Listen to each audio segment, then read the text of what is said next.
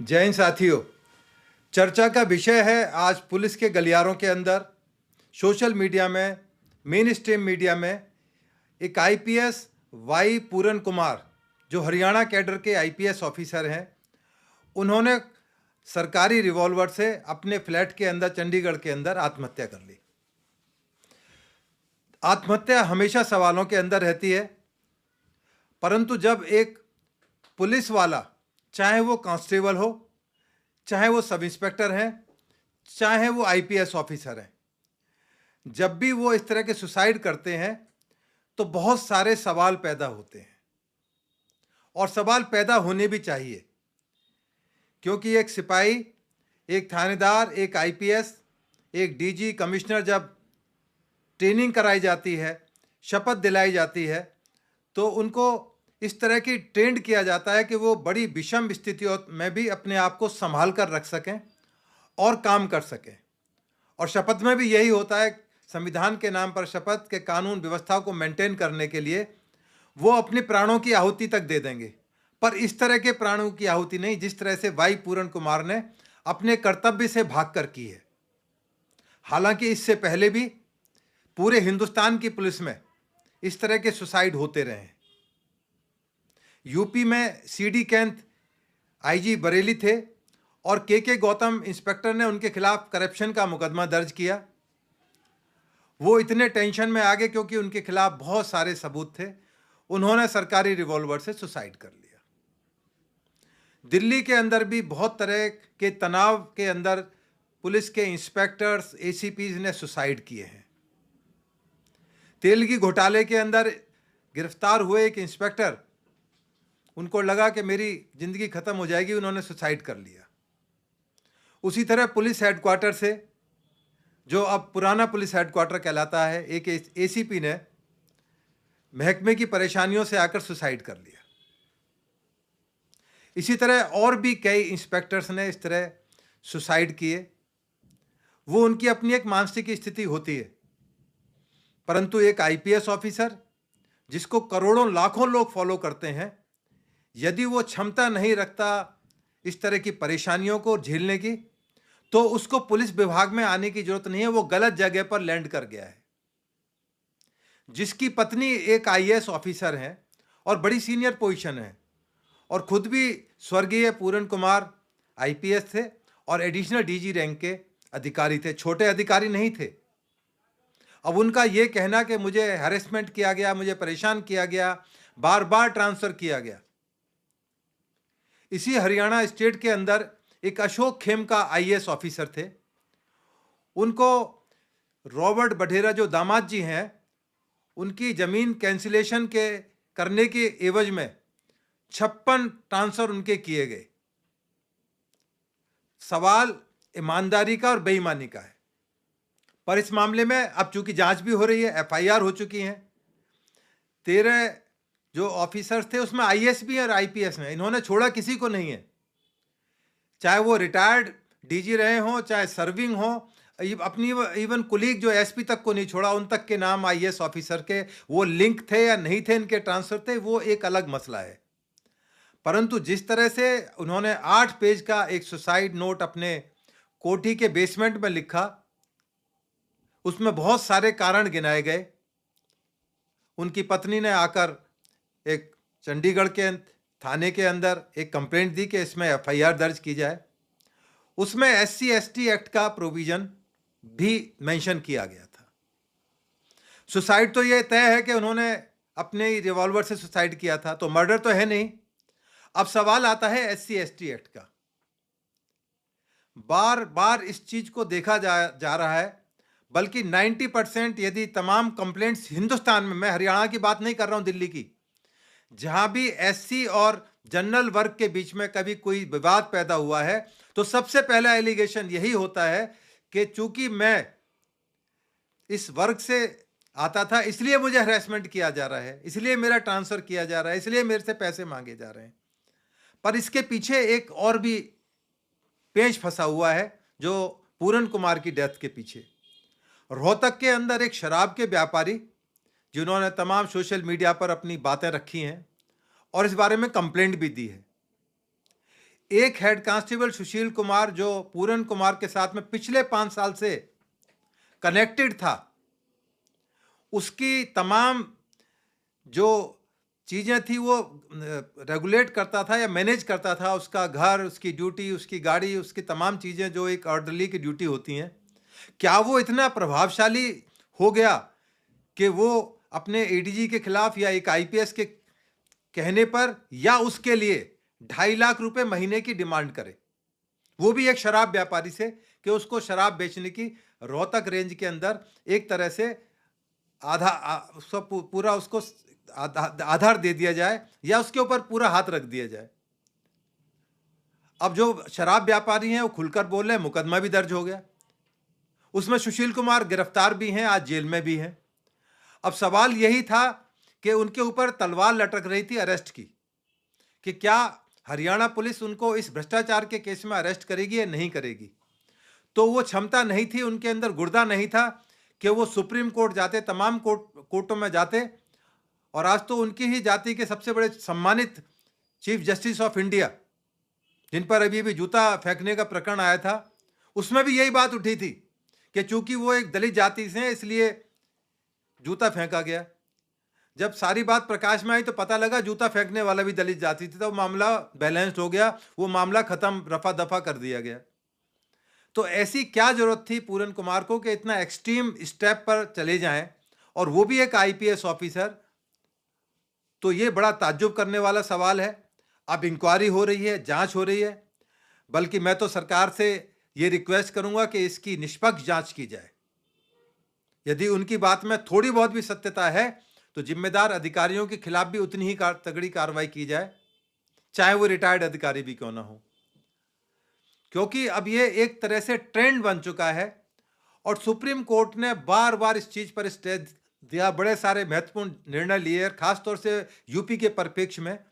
वहां पर ये एक ट्रेंड बन गया था, खासतौर से मायावती जब सीएम थी, कि जो भी एलिगेशन लगाना हो जनरल कास्ट का हो, सीधा सीधा SC ST एक्ट लगाओ और नॉन बेलेबल सेक्शन में उसको अरेस्ट करके जेल भेज दिया जाता था। सुप्रीम कोर्ट ने कहा नहीं, बहुत सारे मामलों में ये नजर आ रहा है कि जानबूझकर हैरेसमेंट करने के लिए इस तरह की चीजें की जा रही हैं।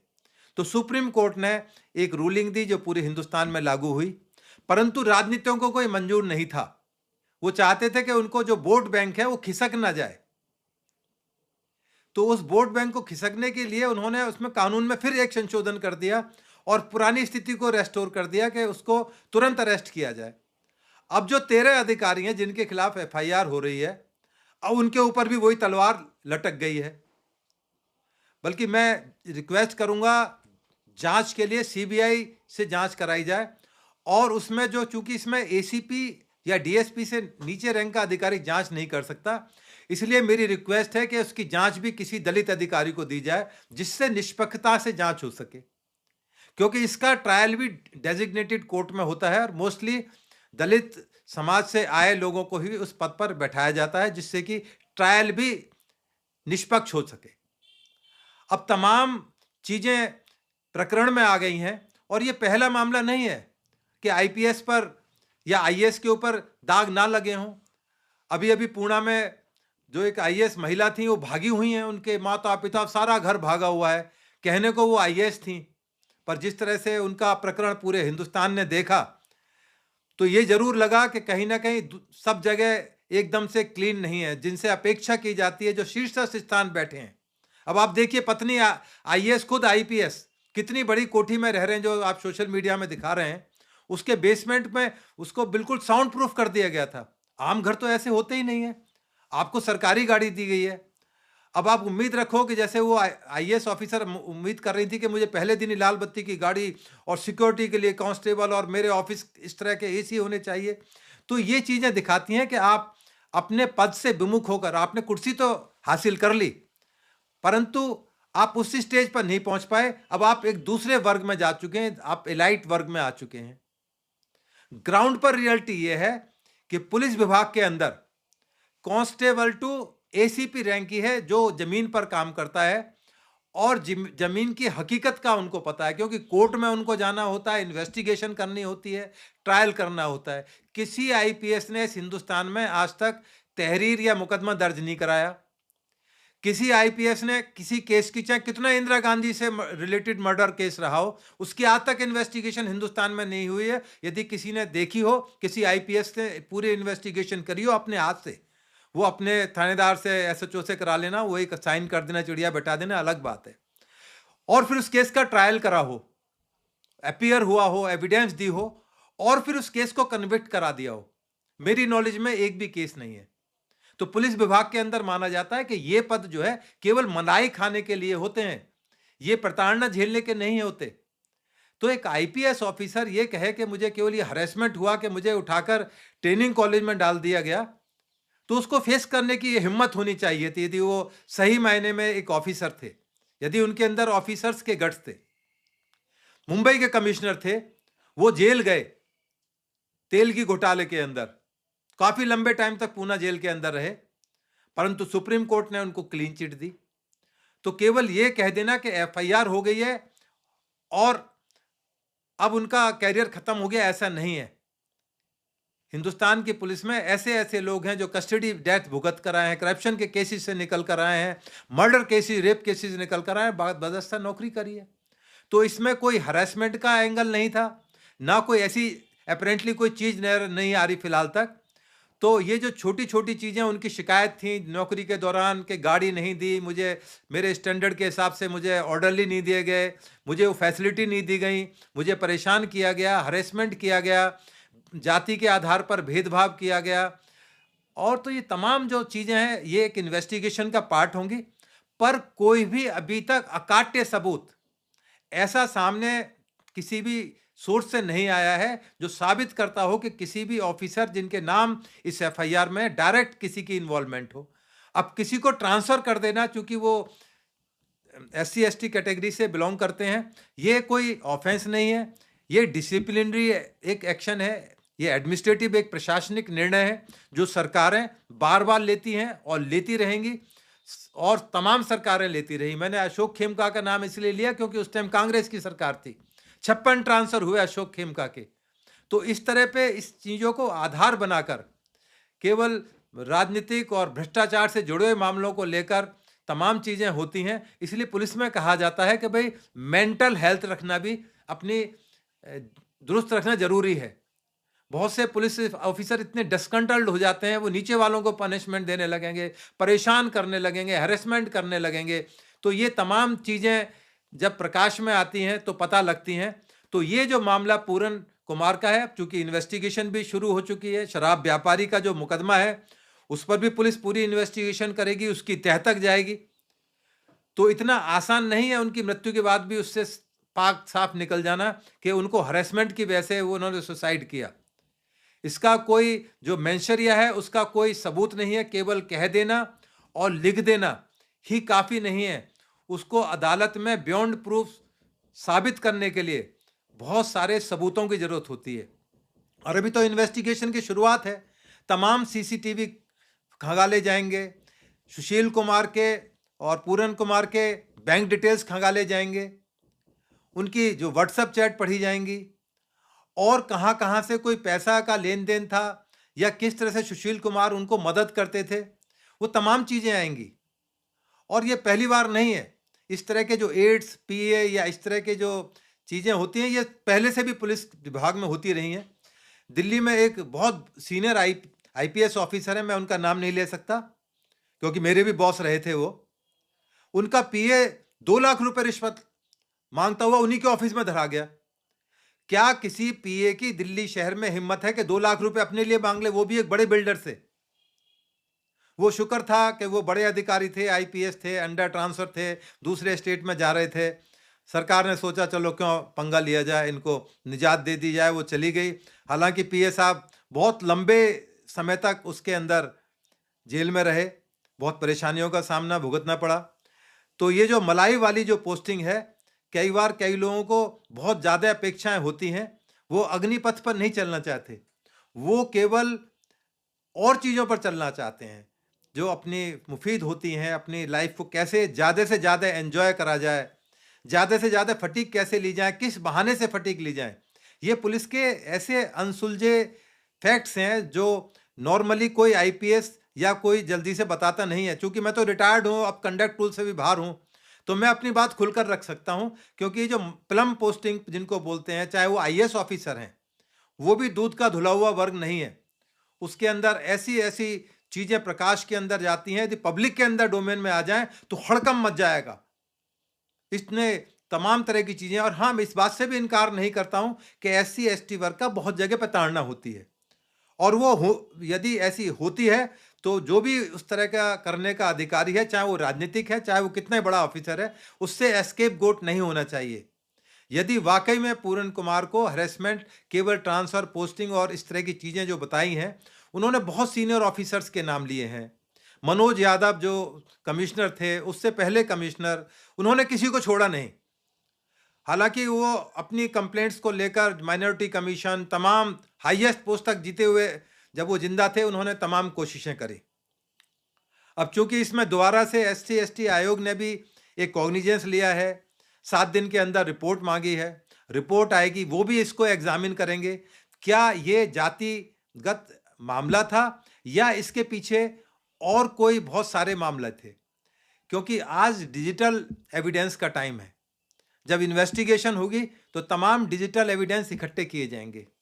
और एक बात और मैं सबसे महत्वपूर्ण बताना चाहता हूं कि ऐसा नहीं है कि दलित वर्ग टॉप पर नहीं पहुंचा। इस देश का कानून डॉक्टर भीमराव अंबेडकर साहब ने बनाया था, और आज जो नया कानून बना है वो भी एक आईपीएस अधिकारी जो भी दलित हैं, जिनको भी उत्तर प्रदेश शासन में मुलायम सिंह यादव के टाइम में उनके खिलाफ मुकदमा दर्ज कर दिया, कितनी हरेसमेंट हुई, कितनी परेशानियों से हुई, परंतु उन्होंने संघर्ष किया और आज वो मेंबर ऑफ पार्लियामेंट हैं, और तमाम जितनी भी लीगल कमेटीज होते हैं उसके चेयरमैन होते हैं हमेशा। अभी अभी साउथ में जो स्टम्पेड में मरे थे, उसमें भी वो दल का हिस्सा थे। इस देश को 3 जो नए कानून दिए हैं, भारतीय नागरिक संहिता, भारतीय नागरिक सुरक्षा संहिता, भारतीय साक्ष्य अधिनियम, वो उस कमेटी के चेयरमैन थे। तो यदि यही एक पैमाना होता कि एससी एसटी के लिए, तो उनको कभी नहीं बनाया जाता। तो इसलिए कहना कि उनके साथ बिल्कुल जड़मूल से भेदभाव होता है, ऐसा नहीं है। पिक एंड चूज हो सकता है, परंतु ये एक जो अवधारणा बन चुकी है कि केवल एलिगेशन लगा देना, चूंकि मैं एससी एसटी वर्ग से हूं, ये बहुत दिन तक चलने वाला नहीं है। क्योंकि राजनीतिक लोगों की इच्छाएं तो पूरी कर सकता है। अभी जो केजरीवाल और सुनीता केजरीवाल थी, किस तरह से इतना बड़ा आईआरएस पद का छोड़कर और राजनीति में कूदे। तो क्या मेरे जो व्यूअर्स हैं वो समझ रहे होंगे कि क्या वो राजनीति को साफ करने आए थे? वो क्रीम खाने आए थे, राजनीति के मजे लेने आए थे, एंजॉयमेंट करने के लिए आए थे।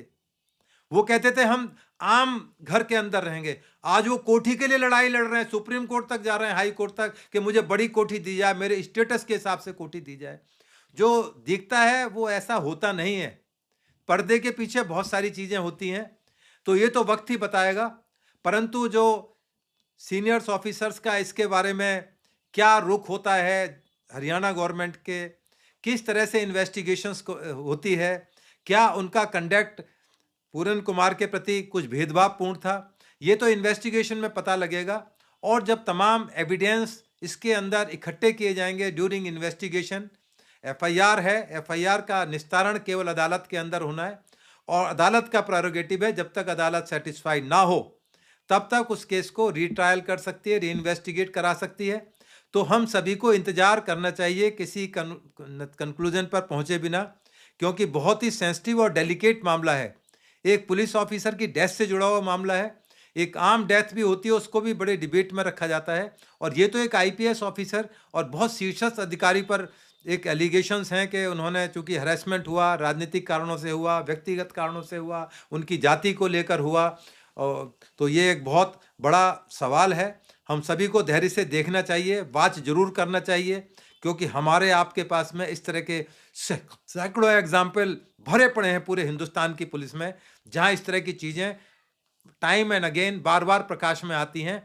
मेरा मानना यह है कि चूंकि ये तो एस्टेब्लिश है कि सुसाइड उन्होंने अपने आप से किया था, तो उतना पार्ट तो वो कैंसिल है, उसमें मर्डर वाला एंगल नहीं है। जहां तक अबेटमेंट का मामला है और एससी एसटी का मामला है, तो क्या वो तमाम सबूत पुलिस या इन्वेस्टिगेटिंग एजेंसी जो सीबीआई है या चंडीगढ़ पुलिस कर रही है, क्या वो अकाट्य सबूत अदालत के अंदर पेश कर पाएगी? क्योंकि एससी एसटी एक्ट के अंदर बहुत सारे सबूत इकट्ठे करना बहुत मुश्किल है, क्योंकि इस केस के अंदर पब्लिक डोमेन में कोई भी ऐसी चीज नहीं है जो उनको अट्रैक्ट करती हो इस एक्ट को। परंतु फिर भी सरकार की मजबूरी थी। आईएएस महिला हैं, हम उनका सम्मान करते हैं, इज्जत करते हैं, उन्होंने कोई कंप्लेंट दी है, उसकी पूरी जांच होनी चाहिए, उसमें कोई कोताही बरती नहीं चाहिए, बल्कि बेहतरीन से बेहतरीन इन्वेस्टिगेटिंग ऑफिसर्स टीम को लगाकर उसके हर पक्ष को उजागर किया जाए, जिससे आने वाले समय में ये एक एग्जाम्पल सेट हो सके कि किसी पुलिस ऑफिसर को यदि हरासमेंट हुई, किसी भी वजह से हुई, तो उसका हश्र भुगतना पड़ेगा। यदि नहीं हुई तो भी सरकार की जिम्मेदारी है, हरियाणा सरकार की, वो रिपोर्ट को पब्लिक डोमेन में लाए कि इन ऑफिसर्स की, आईएएस ऑफिसर्स, आईपीएस ऑफिसर्स की कोई गलती नहीं थी, इनको फाल्सली इंप्लीकेट किया गया है, जानबूझ के बदनाम किया गया। तो ये समय की परीक्षा है, थोड़ा इंतजार करते हैं, क्योंकि तमाम रिपोर्ट्स कोर्ट में आएंगी, जो कमीशन है उसकी रिपोर्ट्स भी आएंगी, सोशल मीडिया और मेरे जैसे रिटायर्ड मेरे साथी इस बारे में एक चर्चा का विषय है। चंडीगढ़ से लेके दिल्ली तक ये तमाम चर्चाएं बड़ी गर्म पर हैं। तो आने वाला वक्त इसकी दिशा और दशा तय करेगा कि व्हाट वेंट रॉन्ग। धन्यवाद। अपना विचार जरूर बताएं, मेरे फ़ोन नंबर पर बताएं, जिससे मेरा भी ज्ञान बढ़ सके कि क्या इस तरह की हालात में क्या संभावनाएं हो सकती हैं। जय हिंद साथियों, नमस्कार।